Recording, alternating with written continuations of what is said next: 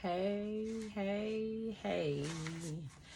I have been procrastinating to make another video because Auntie been tabbed, Auntie been getting downloads, Auntie been channeling.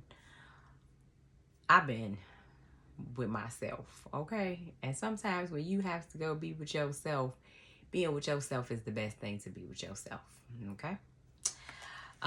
We're gonna start off where we left off, but of course we have to start off with our wonderful prayer. Yesterday was just Good Friday, and tomorrow is Easter, and today has just been in isolation, be quiet Saturday, and I am loving it. I'm loving it. I'm loving everything about it. Let me fix myself. I'm over here looking like I just woke up, but I didn't. I woke up this morning though, and God woke me up. God woke y'all up too. So thank you again for watching. Thank you again for the comments. Thank you again. I am so grateful. Y'all don't even know. When I write out my grateful list, I write out my gratitude list about how my people is watching, people is interacting, giving me commentary. I'm helping people that I didn't even know I was helping by being vulnerable. And you can see how vulnerable I am because these locks is not done and I could care less. This is when you're comfortable with your hair and your locks phase. And this is the best thing I could have probably ever did. So let's start off by praying to our greatest creator that could have ever created all of us beautiful souls, and take a moment of prayer. I'm asking for your guides and whoever you pray to, your ancestors, to cover you as we embark on another journey. Let's take this moment to pray.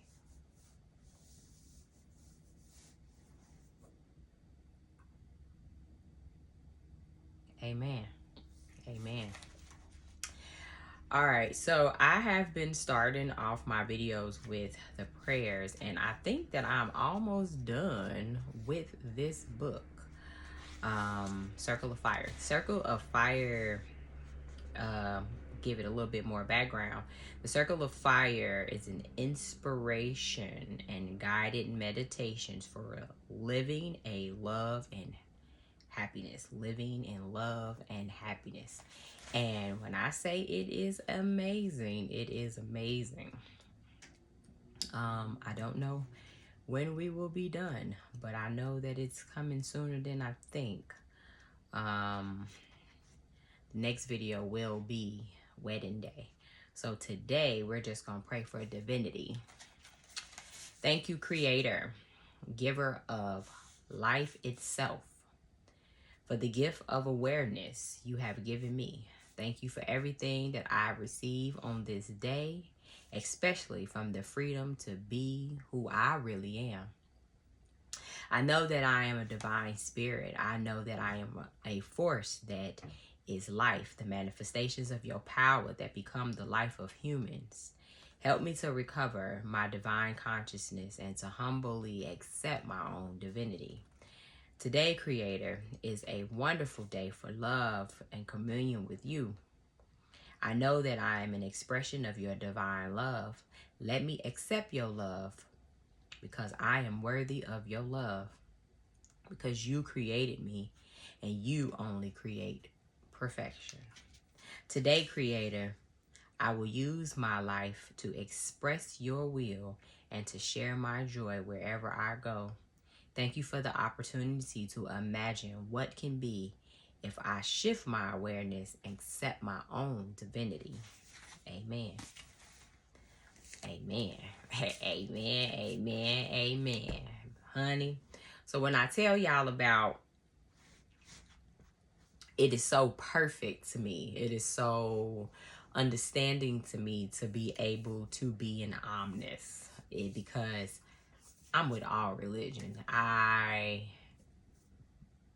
understand everybody's religion. We have one source, one God. That God has very many different names. Jesus has very many different names. But it's all still one source, one story, one thing. Everybody has a different version of it. And during my healing journey, I can say I have really reconnected myself with God in a different way. And I don't want to force me on anybody. I don't want anybody to force themselves on me either, because I'm a free spirit. I'm a real free spirit. Like, I really believe in letting everyone find their way back to God the best way that they can. So, and with my healing journey, I have the most respect for everybody who's taking their time to heal and break these curses, to heal and not pass down any of these curses to their children, to heal and learn how to, if you did not come from a healthy environment, if you did not see healthy environments, as far as let's recreate our relationships the best way possible, then doing the inner work for yourself more than anybody. And if you got a partner who want to do it with you, then you're good as gold. But that self accountability, that self get myself together integrity feels so good in the inside. It lets you sleep peaceful at night. Not telling no lies, not telling no secrets, not telling no bullshit. You know, we come from a household, well, some of us come from a household where you don't air out your dirty laundry. I'm gonna air out my dirty laundry and tell the truth, because I don't live in shame. I don't live in guilt. I don't live in denial. I can't live there anymore. We talked about this when we were talking about how important shadow work was, to get out of those things. How can you create a healthy relationship? How can you create healthy relationships with other people if you are shameful, if you are guilty, if you are all of the above? As a Cancer, I can honestly admit I know how to emotionally manipulate. We have the biggest stipulation as Cancers to be like, nobody would ever really want to date us. That's okay. I'm okay. I'm not meant for everybody. I'm meant for me. I am so meant for me. And if I'm not meant for you, then I'm not meant for you. And I'm okay with that, because everybody has their preferences. But I know when the genuine love come out, the genuine love's always out.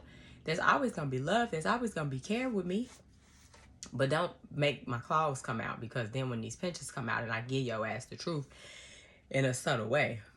Emotionally manipulative. Yes, we are emotionally manipulative when we want to be heard. We'll hold on and we hold grudges forever. But then I even ask myself, how much of that is helping with my demeanor of wanting to create a healthy relationship? We are a narcissist, manipulators, and a fucking gaslighters worst nightmare. And I'm gonna be honest, I know that for a fact we really are, because we're a mirror to our mates, male or female, no matter what kind of Cancer you are, male or female. Baby, we will mirror right back to you. Like I'm looking at myself right now, but looking at y'all, looking at me, looking at us together. I will legitimately mirror back on you. And then I don't intentionally be doing it. That's the crazy part. Most people be like, oh, you're intentional. I'm really not intentionally doing it. I just show you parts of you that you don't like. Just like a real love, a real mate will show you parts about yourself that you don't like. And you have to learn how to make those interchanges. So with creating another healthy relationship, your relationship reflects on a healthier part of your inner child. As a little girl, I might have talked about this on previous videos. As a little girl, I did not see healthy healing. I saw all kind of crazy stuff. So of course, subconsciously and consciously, I've learned that. I've adapted to it. I lash out. I get angry. I get mad. I become passive aggressive. I can be narcissistic my damn self. I can hold myself accountable to say that. I will hold myself accountable to say that. I am vulnerable enough to go on TV, on YouTube, on TikTok, on YouTube, Instagram, Snapchat, all of that shit, and be vulnerable with myself. I don't know who the fuck watching. But again, to be your authentic self, to be in your integrity, you have to be able to own your shit and tell the truth. Call them spades, them spades. It says a relationship is a mirror in which I see myself as I am. But as most of us do not like what we are, we begin to discipline, either positively or negatively, what we perceive in the mirror of the relationship. How honest is that? How truthful is that? You don't like, you're so fixed. People be so asphyxiated on what they don't like about this other person that every little thing bothers them. And I be sitting there, and I'm not even gonna lie, I've had the situation where it be like, well, damn, if you don't like, what the fuck do you like about me then? Because every little thing that I do, that's not love. That's not love. Because to love a person, genuinely, unconditionally love a person, you have to love them for everything. Even if you know that they got a half of a fucking brain, but you love them and they half of their brain. And you love them harder because that half of that brain, you know, ain't working. And okay, cool. I still love that. But I'm not going to call it out every little thing that you do. Every little thing that I don't really care for. Because it'd be like, what is that the point? That's you. That's your character. That's you. That's just one of them acceptance. Accepting you for you. Accepting, how can you love somebody? How can you say you love somebody if you're not accepting them for them? And that puts me on to, I want to give a meditation prayer before we end this video today. So I'm going to remind myself, I'm going to try to remember, but my brain be braining. Your wound was probably not your fault, but your healing is your responsibility. I just talked about that. It is your responsibility to heal. It is not your partner's responsibility to help you heal. They can help you by guiding you. They can help you by identifying things and if especially, but you have to be open to reciprocation to hear it though. If you're not open to hear it and you're defensive, that means that you still are not open to healing those wounds. Those wounds are still there. It says the need to be right. Our angry outbursts, the longing to feel good enough, to the grip of fear and anxiety, the weight of grief and regret, the overwhelming emotions of life, the shadow of guilt and judgment, and the echoes of shame and rejection. These are the unhealed wounds of our inner child, which we carry on from us from relationship to relationship. As we do our inner work, we come to understand that the repeating challenges that we are facing in our love lives are actually the direct side effects of those unhealed wounds. It is the unawareness of their influences on our behavior that causes rational dysfunction and confusion. Lack of awareness regarding the predictable patterns of how things in consciousness include of us and our partners is actually a bigger threat to the relationship. When we find ourselves repeating the same fight and arguments without resolution, we are actually just protruding the obvious patterns of wounded themes of consciousness. When we get stuck in the wounded themes of consciousness, we can completely lose sight of our potential for healing and growth. We can, unfortunately, prematurely sabotage the potential of a healthy, lasting connection if our focus remains on preoccupied with trimming the leaves and thorns of a surface level instead of digging deeper to pull out the roots of the undeniable cause. Healing comes from gathering wisdom from past actions and letting go of pain that educates you most. Okay? Truth moment for me. I legitimately be feeling like I have the need to be right sometimes. Sometimes I just don't care enough to really want to be right. Yes, I have angry outbursts. Yes, that comes from fear and anxiety. Yes, that comes from guilt. And yes, it has carried from me from relationship to relationship. Yes, I have repeated the same fights without a resolution.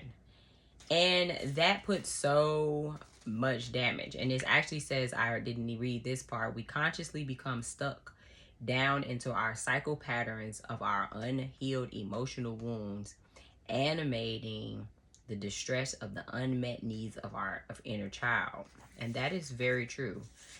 That little girl that's inside of me legitimately did not see healthy communication, have healthy resolution to any fights, any arguments, anything. So therefore, it's just like, it's water under the bridge type shit.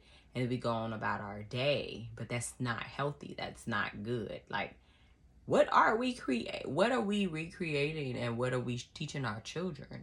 Be my thoughts. And I told y'all once, and I told y'all again, since I've had my son, my mind be like, I don't want to recreate no trauma.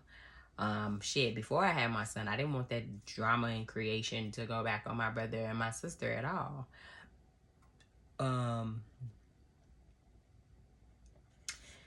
So in a stability, in any stability, Jesus, I'm tongue tied. I'm sorry, I got a little acid reflux going on too.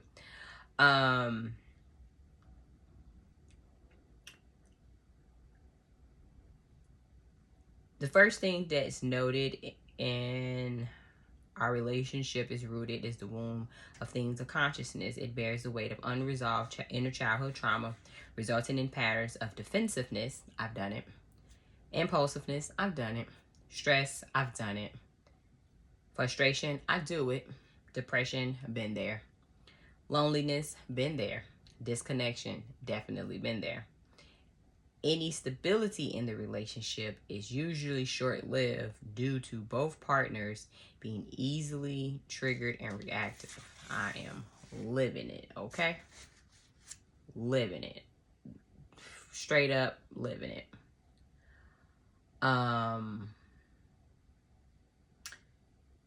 The crazy part about it is the questions that you're supposed to ask, I ask myself on a daily basis. It says, questions such as to prompt critical questions that's fueling our healing and our spiritual evolution. Why do we behave in certain ways? I ask myself that all the time. Like, why did you behave like that? Especially after an argument, a disagreement, a misunderstanding, whatever the fuck you want to call it. I'd be like, why did I do that? Like, what triggered me to respond like that? Because that's not how I feel about this person. That's not how I feel about this situation.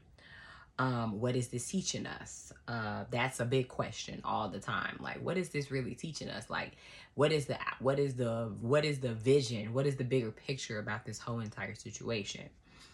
What is this cycle leading us right now? Like,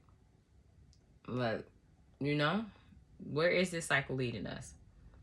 How do we cope with our emotions after a fight, after an argument? Because one may go to bed and say that this shit is over with, and the other one may not feel like that. Like, I know I do that. I do. Like, I don't be feeling like my emotions. Like, how do I cope with that? Like, lately I've been journaling a little more than normal.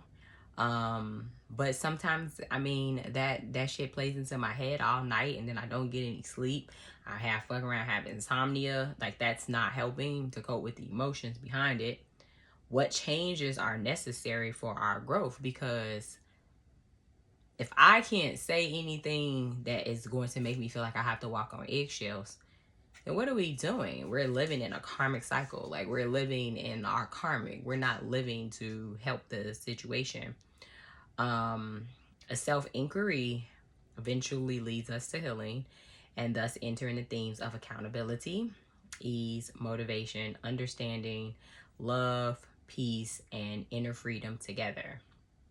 So once each person can really sit with themselves and take accountability for their things and have understanding and go through all of these different steps, then you start to co-create a healthier relationship. And it's not so overwhelming. And you can end the karmic cycles, like be the change you want to see. Like be calm, be the change you want to see. A healing relationship and inner working of couples, once you have done the inner work, y'all have to excuse me because the acid reflux is so real. I have been suffering from this since I had my son.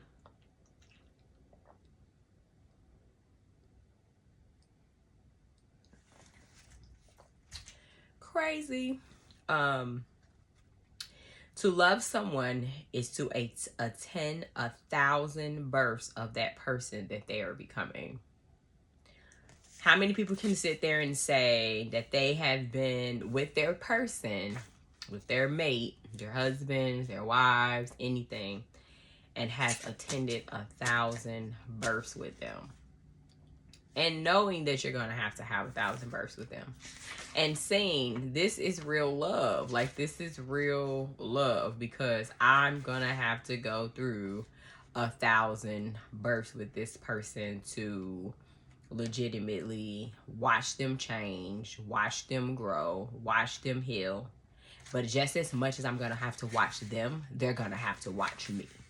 So how many people can really sit there and say that they fought through? Like, I asked my mom most recently if she could take her 59 and looking fine man all the way back to when she met my dad and know what she knows now, and to tell her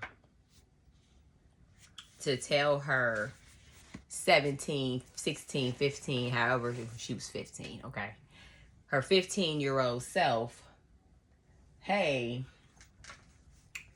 I know how to fix him. I'm going to teach you how to fix him and fix yourself before you have kids, because I'm from the future, okay? I'm giving you downloads. I'm from the future. And I'm going to tell you how to fix him, fix yourself, so you don't create the damage that you have created within your kids, because you're going to have 3 kids, and those 3 kids really need you, okay? And I asked her, if that was the case and you could do that, would you do it? How do you think that it would have changed anything? So therefore, your children wouldn't have to do the inner work. You know what she told me? No. She said, I would do it. I would put forth the effort. She said, but I don't know if it would really do anything. And I appreciated her accountability to say, like, I don't know. Because, like she said, my dad at the time was not the same at all. He was definitely not listening, not trying to listen to anything anybody had to say. So she could have talked all she wanted to. She could have tried all she wanted to, but she was like, what changes would that have made? And I'm like, for me personally, if I could go back to any age, it would be 14. And I would use this 38-year-old mind to go back to that 14-year-old and let her know so much stuff. Because I could help change the dynamic for a lot of people, not just myself. Do I think that my mother would have been open to reciprocation at that time? Probably not, because she really wasn't then. My dad, him either. But to just like do a little different reaction towards my brother and my sister, most definitely. I feel like they would have been a little bit more receptive to listen and understand. Even myself now, like, yeah, like, let me tell you. So I'm going to end this because then when we get back again and more in our healing, we will talk about our wounds of rejection in our relationships and those traumas that a lot of people don't talk about. The thoughts that you could possibly have, defense mechanisms, and a lot more. Again, I appreciate you guys on this journey with me. I appreciate the help that I'm giving people. Please feel free to reach out. I do put down my information inside of these descriptions. And we are going to listen together to acceptance. And this is how I've been helping myself a lot more. So I'm going to share this with you all, and then I'll see y'all on the next video.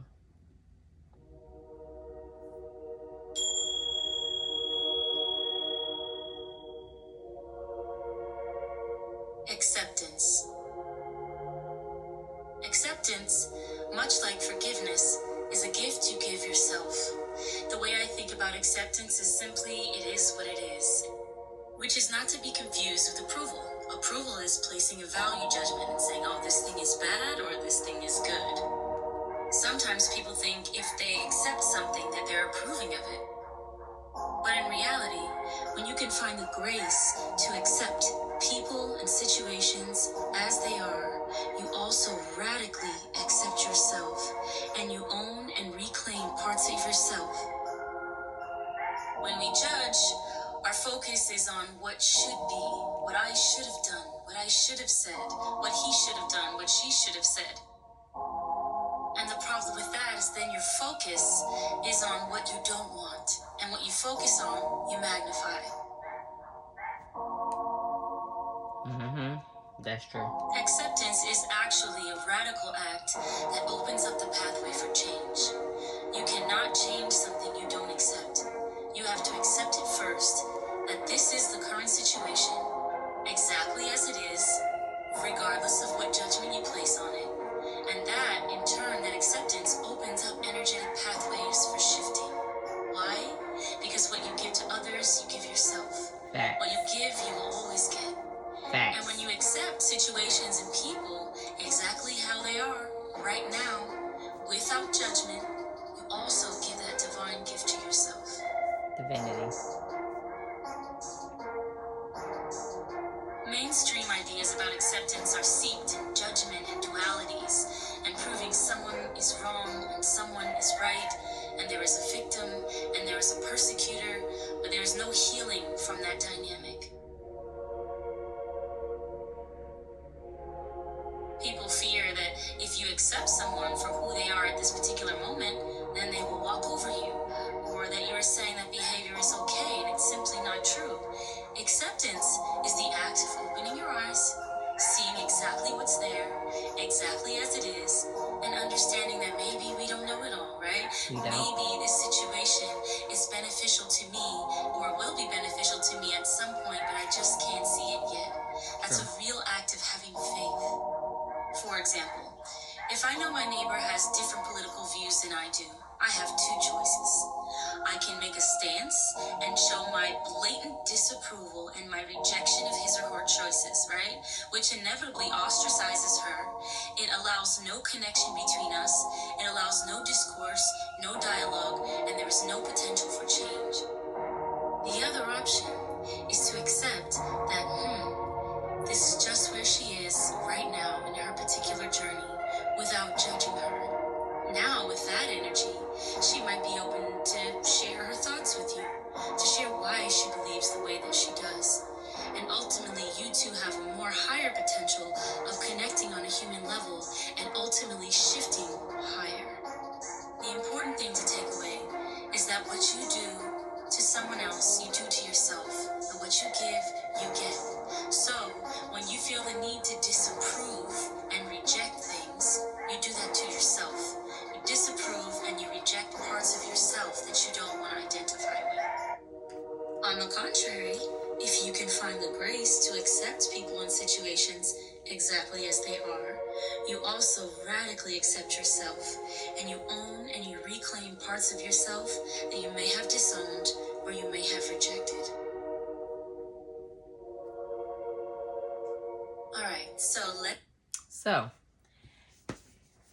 I use that video, that meditation, as a way to accept myself and accept others for who they are. How can I tell somebody I love them and I don't accept them for who they are? I watched a video today where a man gave his opinion about all men get in relationships is love. That's cap. You get a nurturer, you get a partner, you get a friend, you get a support system, you get everything, especially when you got a partner that's a healing partner, when you got a partner that's a praying partner, when you got a partner that is definitely accepting you for any baggage that you come with, because men be bag ladies too. Okay, I'm gonna end that.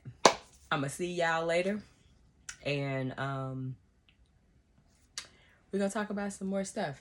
You know, one next video, I definitely want to talk about submitting, because a lot of us women are out here submitting to men who aren't even our husbands, and we're giving them girlfriend, wife vibes, and what are we getting in return?